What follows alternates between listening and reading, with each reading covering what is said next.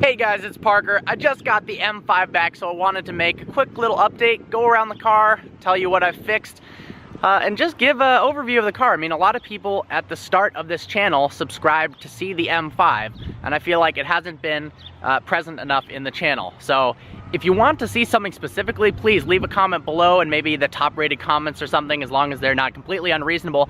I'll try to make videos on them about the car. But here we go, so let's do a little walk around. The wheels were unfortunately ran into a curb. I let somebody drive my car while I was driving the Lambo during the snow drift video, and they didn't see that there was a curb there, slid into it. Stuff happens.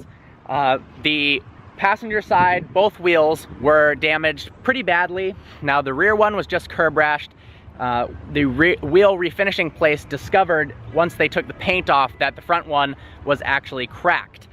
And it turns out that these wheels, I believe they're style 62s, are difficult to find on the internet. And I wasn't about to buy a brand new one.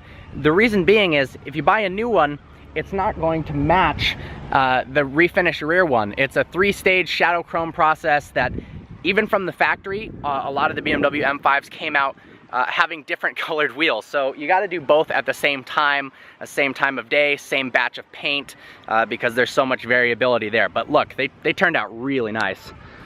So absolutely perfect. Very happy with the way they turned out. And they also, here's the rear one, very much match the color of the other side.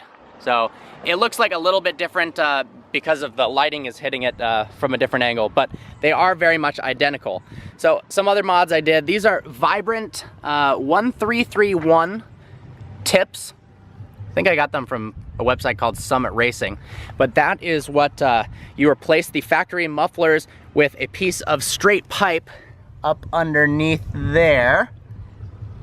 And then you need tips, unless you wanted to chop up the factory tips, which I didn't want to do. And I also like the way it looks. It's a little bit larger diameter. I believe they're 3.5 instead of much smaller for the factory tips. The car's in really good condition for a 2001. I try to take as good a care of the car as I possibly can. Let's go in the interior. Oh, the car's locked. So here's something we're gonna fix. This battery is currently dead, but hopefully we are going to try to charge it. So these keys, let me flip up the screen. These keys charge themselves, charge the battery as they're in the ignition. Now over time, eventually they just lose all juice, and also if you don't drive the car for a while, it forgets that it's connected to this car. So you have to repair it. Eventually they totally die and you have to get a new one. There's some things you can do. You can go to somebody who's a specialist and maybe watches their electronics. They can pry this open really carefully and replace the battery and solder new stuff on the circuit board. It's a little bit harder job than a do-it-yourself, but also it's not worth spending $200 for this plastic key. So I'm gonna try to repair it using some steps that I found online. I've actually done it once before, but I believe it should work. I haven't tried this before the video, so I mean right now it doesn't lock or unlock the car. For people who don't know, that is unlock on the top, and the lock for a BMW, oh, it's focusing on my face, is the BMW logo itself. So we're in the interior of the car. It's got manual sunshades here, automatic in the back. I've got a full Alcantara headliner. Got that Pioneer app radio head unit, a ZHP shift knob. A problem with a lot of the OEM shift knobs is they actually lit up. They had a light in it, but the paint starts flaking off, the plastic bit starts chipping, and it looks really cheap. So instead of replacing it with an extremely expensive OEM part, they do the ZHP shift knob, and I did that myself, not very difficult. I love this two-tone interior. It's ostrich leather inserts, a little bit tougher than normal leather, so it resists wear more, but I mean, look, it's pretty mint.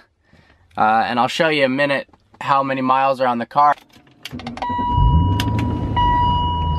131,000 miles. As you can see, unfortunately, the check engine light came on again. That's a gas cap sensor, not an actual issue with the car. You clear it, then the code goes away, and then a week later it comes back up. You've got the LED tachometer here that goes one by one as the car warms up. I love that feature. And let's see what kind of gas mileage I'm getting recently in this thing. 17.1, wow. That is pretty damn good. I've got my Passport 9500 iX hardwired in there. I need to do that with my Mercedes so you don't have this crazy cord. And then it's actually the mute buttons down here by the, I got a refinished e-brake handle. That's pretty trick. Just reach down, click that. View of the interior, passenger seat. I love how good this leather has held up over time. So, let's try to repair this.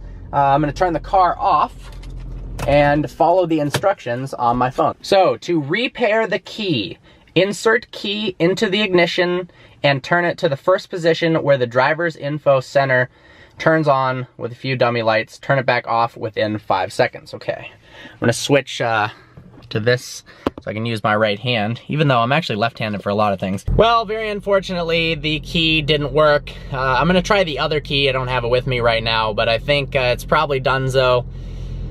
I believe there's a guy on a forum who said he can change it for about 50 bucks. Or I might try the Radio Shack do-it-yourself, pry the key open. If it breaks, it breaks.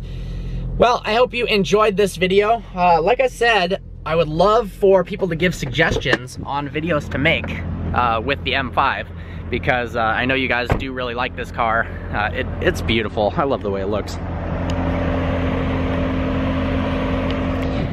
Like always, please browse our channel and subscribe. Thank you so much for watching. Look forward to seeing you next video.